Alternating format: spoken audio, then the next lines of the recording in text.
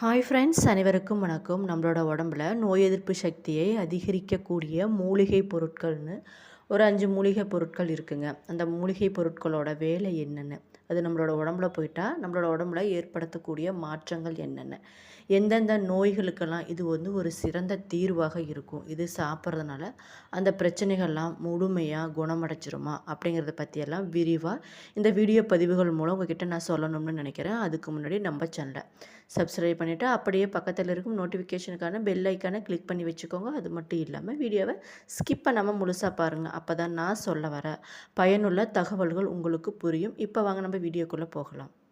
First நம்ம என்ன பார்க்க போகிறோம் அப்படின்னு பார்த்தீங்கன்னா, வேப்ப மரத்தை பற்றி தாங்க பார்க்க போகிறோம். இது பார்த்திங்கன்னா பாக்டீரியா எதிர்ப்பு மற்றும் அலர்ஜி எதிர்ப்பு பண்புகளால் பாரம்பரியத்திலிருந்து பராமரிக்கப்பட்டு வருகின்ற ஒரு மரமாக இருக்குங்க. இது பார்த்திங்கன்னா நம்மளுடைய தோல் பராமரிப்புக்கு ஒரு சிறந்த மூலிகையாக இருக்குங்க. வேப்பிலை பொடி பார்த்திங்கன்னா முகப்பரு, அரிப்பு மற்றும் தோல் நோய்களை குணப்படுத்த உதவுதுங்க. அது மட்டும் இல்லாமல் இதன் சாறு பார்த்திங்கன்னா சரும ஆரோக்கியத்தை அழகாக மேம்படுத்தவும் உதவுதாங்க. வேப்பங்குச்சியில் பார்த்திங்கன்னா பற்பலை மென்மையாக்க மற்றும் ஈறுகளை பாதுகாக்க பயன்படுத்தக்கூடிய ஒரு பொருளாக இருக்குது.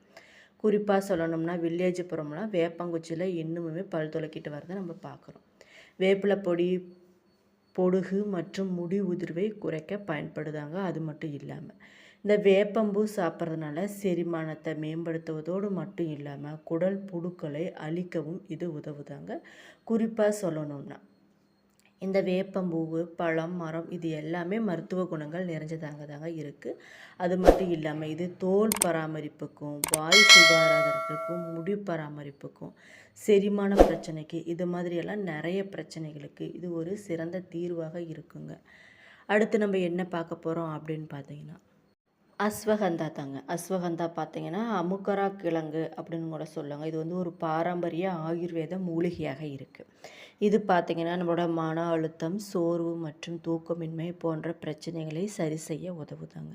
இது பார்த்திங்கன்னா நோய் எதிர்ப்பு சக்தியை அதிகரிப்பதோடு மட்டும் இல்லாமல் உடலுக்கு தேவையான ஆற்றலையும் உடல் வலிமையையும் தரக்கூடியதாக இருக்குமாங்க.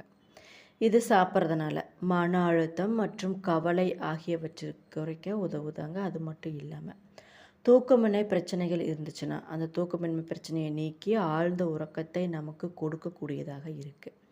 உடலில் இருக்கக்கூடிய வெள்ளை அணுக்களை தூண்டி நோய்களை எதிர்க்கும் ஆற்றலை மேம்படுத்தும் வல்லமை பார்த்திங்கன்னா இந்த செடிக்கு இருக்குது. குறிப்பாக சொல்லணும்னா நம்மளோட ஞாபக சக்தி மற்றும் சிந்தனை திறனை அதிகரிக்க உதவக்கூடியதாக இருக்குங்க இந்த அஸ்வகந்தா.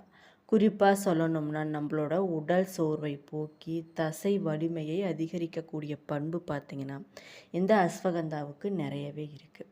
இதை எப்படியெல்லாம் சாப்பிட்லான்னு பார்த்தீங்கன்னா பொடி செஞ்சு சாப்பிட்லாம், மாத்திரை, லேகியம் இது மாதிரியாகவும் நம்ம எடுத்துக்கலாம். அது மட்டும் இல்லாமல் ஒரு நாளைக்கு இத்தனை அளவு அப்படிங்கிற மாதிரி கணக்கு இருக்கும். அந்த அளவை மட்டும் எடுத்து சாப்பிட்றது ரொம்ப ரொம்ப நல்லது. மருத்துவரோட ஆலோசனைப்படி பரிந்துரைச்சு சாப்பிட்றது ரொம்ப ரொம்ப நல்லதுங்க. அஸ்வகந்தா பொடியை வெதுவெதுப்பான பாலில் அல்லது தேனில் கலந்து நைட்டு தூங்குவதற்கு முன்னாடி சாப்பிட்லாம். அப்புறம் அது மாதிரி இல்லைன்னா மாத்திரையாகவும் அமுக்கர லேகியமாகவும் கடைகளில் கிடைக்குங்க. அதை கூட வாங்கி சாப்பிட்லாம். தினமும் 250 முதல் 500 மில்லிகிராம் வரை மட்டுமே இதை எடுத்துக்கொள்ளணுமாங்க. குறிப்பாக சொல்லணும்னா நீங்கள் கவனிக்க வேண்டிய விஷயம், நீரிழிவு அல்லது தைராய்டு மாத்திரை எடுத்துகிட்டு சாப்பிட்டுட்டு வரவங்க, கர்ப்பிணி பெண்கள் இவங்கெல்லாம் பார்த்திங்கன்னா மருத்துவரோட ஆலோசனைப்படி இதை எடுத்து சாப்பிட்றது ரொம்ப ரொம்ப நல்லது. அடுத்து நம்ம என்ன பார்க்க போகிறோம் அப்படின்னு பார்த்தீங்கன்னா திரிபலா பற்றி பார்க்கலாங்க.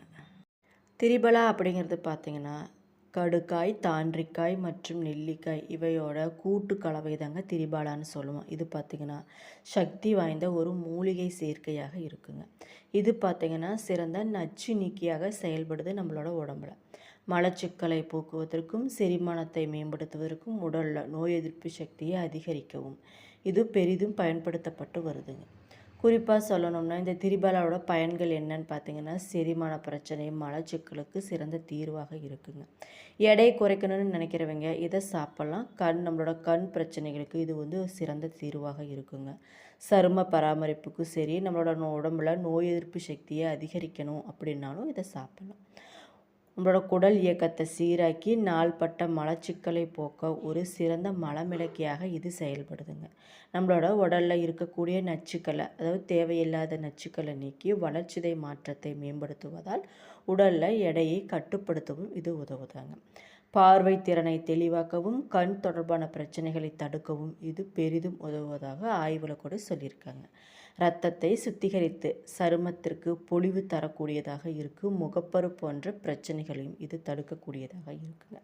உடலுக்கு தேவையான வைட்டமின் சி சத்தை அழித்து நோய் எதிர்ப்பு மண்டலத்தை பலப்படுத்த இது உதவுதுங்க. இது எப்படிலாம் சாப்பிட்லாம்? பொடி செஞ்சு சாப்பிட்லாங்க. ஒரு நாளைக்கு 1 ஸ்பூன், அதாவது 3லேருந்து 5 கிராம் இருக்கணும். திரிபாலா பொடியை வெதுவெதுப்பான நீரில் கலந்து நைட்டு நம்ம தூங்குறதுக்கு முன்னாடி இதை குடிச்சிட்டு பார்த்தோம்னா நல்ல ஒரு சிறந்த தீர்வாக இருக்கும். இது மாதிரி நான் சொன்ன பிரச்சனைகளுக்கெல்லாம், செரிமான பிரச்சனைகளுக்கு இது ஒரு நல்ல சிறந்த தீர்வாக இருக்குங்க. அடுத்து நம்ம என்ன பார்க்க போகிறோம் அப்படின்னு பார்த்திங்கன்னா இஞ்சி.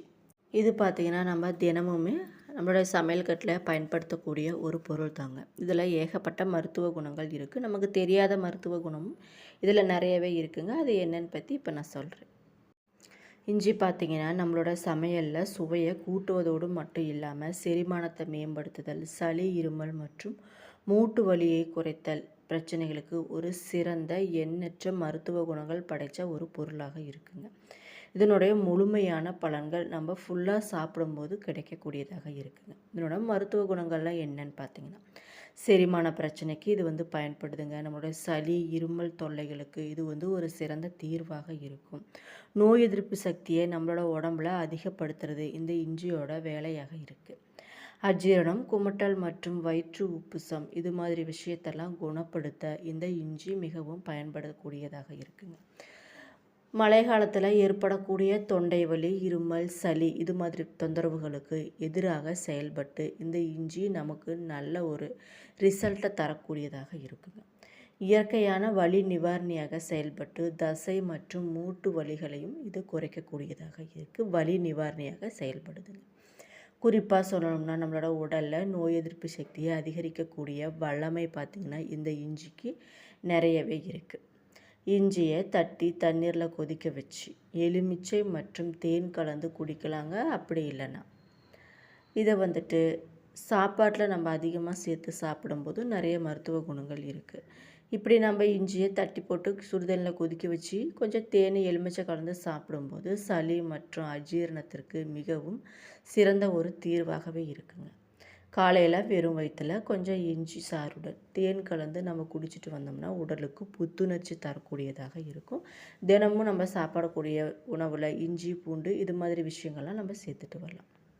அப்படி நம்ம சாப்பிடும்போது நம்மளுடைய உணவை எளிதில் செரிக்க செய்யக்கூடிய வல்லமை பார்த்திங்கன்னா இந்த இஞ்சிக்கு இருக்குது. அடுத்து நம்ம என்ன பார்க்க போகிறோம் அப்படின்னு பார்த்தீங்கன்னா, நமக்கு எல்லாருக்குமே தெரிஞ்ச ஒன்று தாங்க பூண்டு. பூண்டில் நிறைய மருத்துவ குணங்கள் இருக்குங்க. அதில் இன்னும் என்னென்ன மருத்துவ குணங்கள்லாம் அடங்கி இருக்குது, அதை சாப்பிட்றதுனால நம்மளோட உடம்புல ஏற்படக்கூடிய மாற்றங்கள் என்னென்ன அப்படிங்கிறத பற்றி பார்க்கலாம். சமையலில் சுவை மற்றும் நறுமணத்தை கூட்டுவதோடு பல மருத்துவ குணங்களையும் உள்ளடக்கியதாக இந்த பூண்டு இருக்குங்க. இது பார்த்திங்கன்னா நம்மளோட இரத்த அழுத்தத்தை கட்டுப்படுத்தவும், நோய் எதிர்ப்பு சக்தியை அதிகரிக்கவும், சளி மற்றும் இருமலை குணப்படுத்தவும் இந்த பூண்டும் பெரிதும் உதவுவதாக கருதப்படுதுங்க. இதனோட மருத்துவ குணங்கள் என்னன்னு பார்த்தீங்கன்னா, நம்மளோட ரத்த அழுத்தம் அதிகமாக இருந்துச்சுன்னா அதை குறைக்க உதவுங்க. செரிமான பிரச்சனைக்கு, சளி மற்றும் இருமல் பிரச்சனைகளுக்கு, கொழுப்பு அதிகமாக இருந்தால் அதை கரைக்கிறதுக்கு இது மாதிரியான நல்ல விஷயங்கள்லாம் இது பண்ணக்கூடியதாக இருக்குங்க. தினமும் 1 அல்லது 2 பல் பூண்டு சாப்பிட்றதுனால நம்மளோட ரத்த அழுத்தத்தை குறைக்க இது உதவுதாங்க. வாயு தொல்லை மற்றும் அஜீரண கோளாறுகளையும் சரி செய்யும் வல்லமை பார்த்திங்கன்னா இந்த பூண்டுக்கு நிறையவே இருக்குது. பூண்டை பாலில் வேக வச்சு சாப்பிட்றதுனால நெஞ்சு சளி மற்றும் இருமல் இது மாதிரி பிரச்சனைகள்லாம் படிப்படியாக குறையிறத நம்ம கண்கூட பார்க்கலாம். ரத்தத்தில் இருக்கக்கூடிய கெட்ட கொழுப்பை, அதாவது LDL குறைக்க இது உதவுதாங்க. தினமும் காலையில் வெறும் வயிற்றில் பச்சையாக 1 அல்லது 2 பல் பூண்டு மென்று சாப்பிட்லாம்.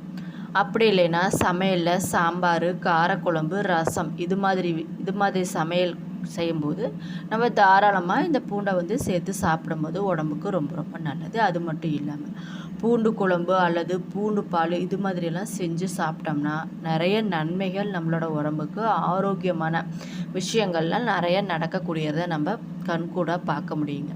என்ன நண்பர்களே, இந்த வீடியோ பதிவுகளில் நம்மளுடைய நோய் எதிர்ப்பு சக்தியை அதிகரிக்கக்கூடிய மூலிகை பொருட்கள்லாம் என்னென்ன, அது சாப்பிட்றதுனால எந்தெந்த பிரச்சனைகளுக்கு நல்ல ஒரு தீர்வாக இருக்கும். என்னோடய வீடியோ பிடிச்சிருந்தா மறக்காமல் லைக் பண்ணுங்கள், ஷேர் பண்ணுங்கள், சப்ஸ்கிரைப் பண்ணிவிட்டு பாருங்கள். நன்றி.